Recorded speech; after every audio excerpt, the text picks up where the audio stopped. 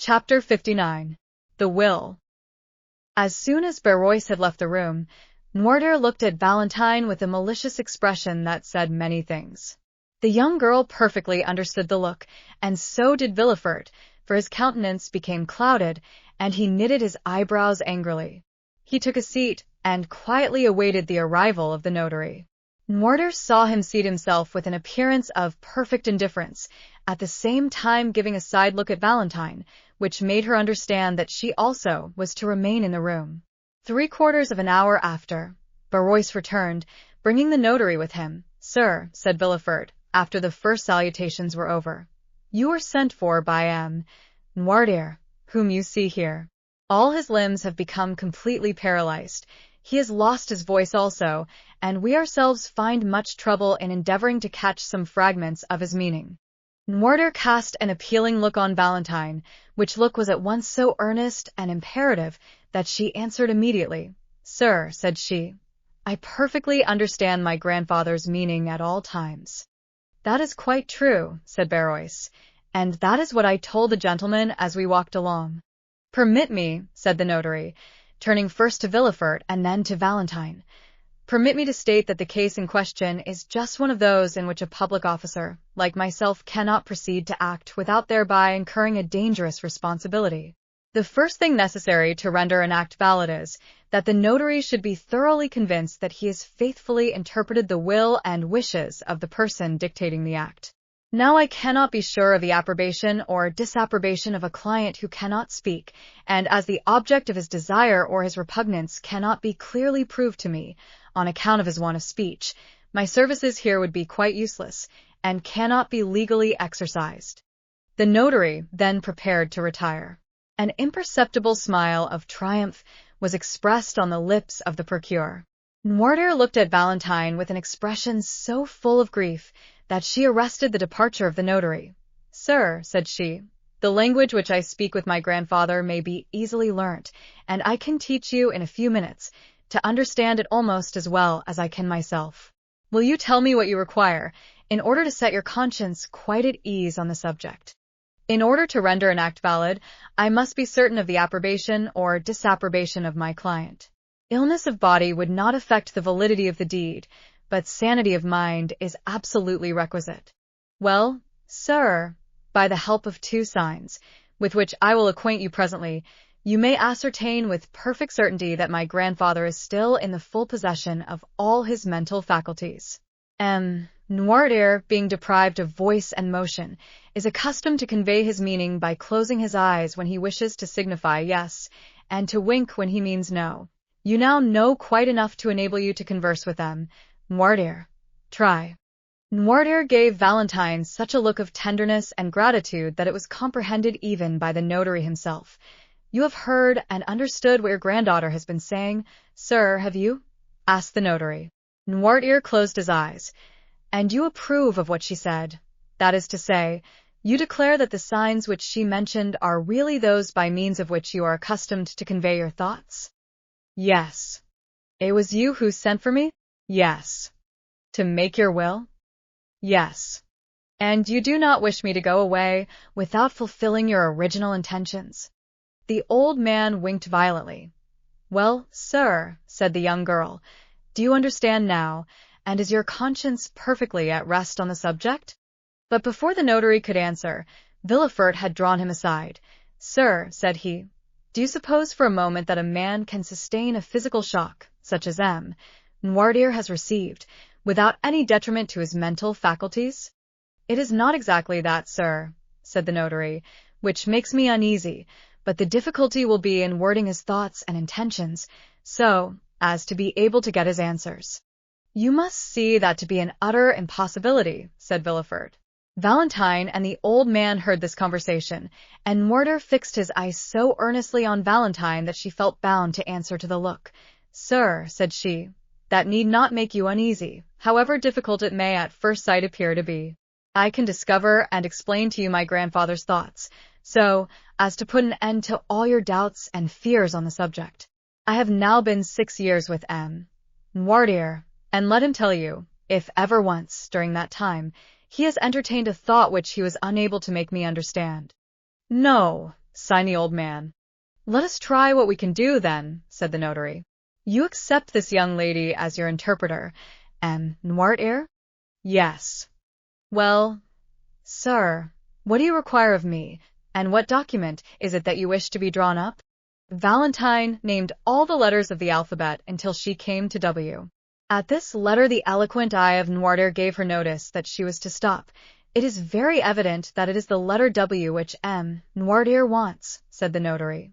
Wait, said Valentine, and, turning to her grandfather, she repeated, Wah, wee, why. The old man stopped her at the last syllable. Valentine then took the dictionary, and the notary watched her while she turned over the pages. She passed her fingers slowly down the columns, and when she came to the word will, Noirtier's eye bade her stop. Will, said the notary, it is very evident that Noirtier is desirous of making his will. Yes, yes, yes, motioned the invalid. Really, sir, you must allow that this is most extraordinary, said the astonished notary, turning to de Villefort. Yes, said the procureur, and I think the will promises to be yet more extraordinary, for I cannot see how it is to be drawn up without the intervention of Valentine, and she may, perhaps, be considered as too much interested in its contents to allow of her being a suitable interpreter of the obscure and ill-defined wishes of her grandfather. No, no, no, replied the eye of the paralytic. What, said Villefort, do you mean to say that Valentine is not interested in your will? No, sir, said the notary, whose interest had been greatly excited, and who had resolved on publishing far and wide the account of this extraordinary and picturesque scene. What appeared so impossible to me an hour ago has now become quite easy and practicable, and this may be a perfectly valid will, provided it be read in the presence of 7 witnesses, approved by the testator, and sealed by the notary in the presence of the witnesses. As to the time, it will not require very much more than the generality of wills. There are certain forms necessary to be gone through, and which are always the same. As to the details, the greater part will be furnished afterwards by the state in which we find the affairs of the testator, and by yourself, who, having had the management of them, can doubtless give full information on the subject. But besides all this, in order that the instrument may not be contested, I am anxious to give it the greatest possible authenticity. Therefore, one of my colleagues will help me, and, contrary to custom, will assist in the dictation of the testament. Are you satisfied, sir? Continued the notary, addressing the old man. Yes, looked the invalid, his eye beaming with delight at the ready interpretation of his meaning. What is he going to do? Thought Villefort, whose position demanded much reserve, but who was longing to know what his father's intentions were. He left the room to give orders for another notary to be sent, but Barrois, who had heard all that passed, had guessed his master's wishes, and had already gone to fetch one. The procureur then told his wife to come up. In the course of a quarter of an hour everyone had assembled in the chamber of the paralytic. The second notary had also arrived. A few words sufficed for mutual understanding between the 2 officers of the law. They read to Noirtier the formal copy of a will, in order to give him an idea of the terms in which such documents are generally couched. Then, in order to test the capacity of the testator, the first notary said, turning towards him, when an individual makes his will, it is generally in favor or in prejudice of some person. Yes. Have you an exact idea of the amount of your fortune? Yes. I will name to you several sums which will increase by gradation. You will stop me when I reach the one representing the amount of your own possessions. Yes. There was a kind of solemnity in this interrogation. Never had the struggle between mind and matter been more apparent than now, and if it was not a sublime, it was at least a curious spectacle. They had formed a circle round the invalid. The second notary was sitting at a table, prepared for writing, and his colleague was standing before the testator in the act of interrogating him on the subject to which we have alluded. Your fortune exceeds 300,000 francs, does it not? Asked he. Noirtier made a sign that it did. Do you possess 400,000 francs? Inquired the notary. Noirtier's eye remained immovable. 500,000? The same expression continued. 600,000, 700,000, 800,000, 900,000? Noirtier stopped him at the last-named sum. "You are then in possession of 900,000 francs?" asked the notary. "Yes." "In landed property?" "No, in stock." "Yes." "The stock is in your own hands?" The look which Noirtier cast on Barrois showed that there was something wanting which he knew where to find. The old servant left the room, and presently returned, bringing with him a small casket. "Do you permit us to open this casket?" asked the notary. Noirtier gave his assent. They opened it, and found 900,000 francs in bank scrip. The first notary handed over each note, as he examined it, to his colleague. The total amount was found to be as Noirtier had stated. "It is all as he has said. It is very evident that the mind still retains its full force and vigor." Then, turning towards the paralytic, he said, "You possess, then, 900,000 francs of capital, which, according to the manner in which you have invested it, ought to bring in an income of about 40,000 livres?" "Yes." "To whom do you desire to leave this fortune?" "Oh," said Madame de Villefort, "there is not much doubt on that subject. Noirtier tenderly loves his granddaughter, Mademoiselle de Villefort. It is she who has nursed and tended him for 6 years, and has, by her devoted attention, fully secured the affection, I had almost said the gratitude, of her grandfather, and it is but just that she should reap the fruit of her devotion." The eye of Noirtier clearly showed by its expression that he was not deceived by the false assent given by Madame de Villefort's words and manner to the motives which she supposed him to entertain. "Is it, then, to Mademoiselle Valentine de Villefort that you leave these 900,000 francs?" demanded the notary, thinking he had only to insert this clause, but waiting first for the assent of Noirtier, which it was necessary should be given before all the witnesses of this singular scene. Valentine, when her name was made the subject of discussion, had stepped back to escape unpleasant observation. Her eyes were cast down, and she was crying. The old man looked at her for an instant with an expression of the deepest tenderness. Then, turning towards the notary, he significantly winked his eye in token of dissent. "What?" said the notary. "Do you not intend making Mademoiselle Valentine de Villefort your residuary legatee?" "No, you are not making any mistake, are you?" said the notary. "You really mean to declare that such is not your intention?" "No," repeated Noirtier. "No." Valentine raised her head, struck dumb with astonishment. It was not so much the conviction that she was disinherited that caused her grief, but her total inability to account for the feelings which had provoked her grandfather to such an act.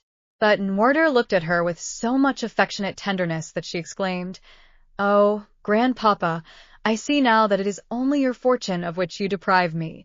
You still leave me the love which I have always enjoyed." Yes, most assuredly," said the eyes of the paralytic, for he closed them with an expression which Valentine could not mistake. Thank you," murmured she. The old man's declaration that Valentine was not the destined inheritor of his fortune had excited the hopes of Madame de Villefort.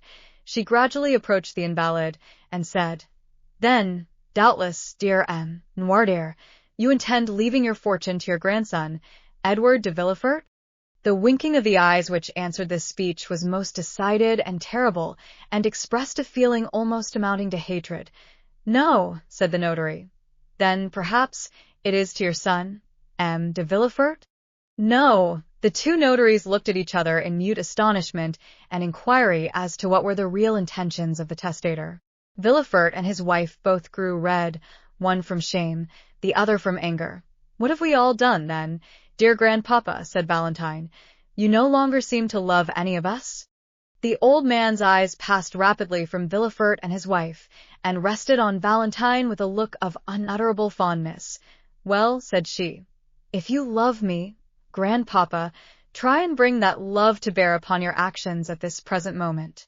You know me well enough to be quite sure that I have never thought of your fortune. Besides, they say I am already rich in right of my mother, too rich, even." "Explain yourself, then." Noirtier fixed his intelligent eyes on Valentine's hand. "My hand," said she. "Yes." "Her hand," exclaimed everyone. "Oh, gentlemen, you see it is all useless, and that my father's mind is really impaired," said Villefort. "Ah," cried Valentine suddenly, "I understand." It is my marriage you mean, is it not, dear grandpapa? Yes, yes, yes, signed the paralytic, casting on Valentine a look of joyful gratitude for having guessed his meaning. You are angry with us all on account of this marriage, are you not? Yes. Really, this is too absurd, said Villefort. Excuse me, sir, replied the notary. On the contrary, the meaning of M. Noirtier is quite evident to me, and I can quite easily connect the train of ideas passing in his mind. You do not wish me to marry M. Franz d'Épinay? Observed Valentine. I do not wish it, said the eye of her grandfather. And you disinherit your granddaughter, continued the notary, because she has contracted an engagement contrary to your wishes? Yes. So that, but for this marriage, she would have been your heir? Yes. There was a profound silence. The two notaries were holding a consultation as to the best means of proceeding with the affair. Valentine was looking at her grandfather with a smile of intense gratitude, and Villefort was biting his lips with vexation, while Madame de Villefort could not succeed in repressing an inward feeling of joy, which, in spite of herself, appeared in her whole countenance. But, said Villefort, who was the first to break the silence, I consider that I am the best judge of the propriety of the marriage in question. I am the only person possessing the right to dispose of my daughter's hand. It is my wish that she should marry M. Franz d'Épinay, and she shall marry him. Valentine sank weeping into a chair. Sir, said the notary, how do you intend disposing of your fortune in case Mademoiselle de Villefort still determines on marrying M. Franz? The old man gave no answer. You will, of course, dispose of it in some way or other? Yes. In favor of some member of your family? No. Do you intend devoting it to charitable purposes then? Pursued the notary. Yes. But, said the notary, you are aware that the law does not allow a son to be entirely deprived of his patrimony? Yes. You only intend, then, to dispose of that part of your fortune which the law allows you to subtract from the inheritance of your son? Noirtier made no answer. Do you still wish to dispose of all? Yes. But they will contest the will after your death? No. My father knows me, replied Villefort. He is quite sure that his wishes will be held sacred by me. Besides, he understands that in my position I cannot plead against the poor. The eye of Noirtier beamed with triumph. What do you decide on, sir? Asked the notary of Villefort. Nothing, sir. It is a resolution which my father has taken, and I know he never alters his mind. I am quite resigned. These 900,000 francs will go out of the family in order to enrich some hospital, but it is ridiculous thus to yield to the caprices of an old man, and I shall, therefore, act according to my conscience. Having said this, Villefort quitted the room with his wife, leaving his father at liberty to do as he pleased. The same day the will was made, the witnesses were brought, it was approved by the old man, sealed in the presence of all, and given in charge to M. Deschamps, the family notary.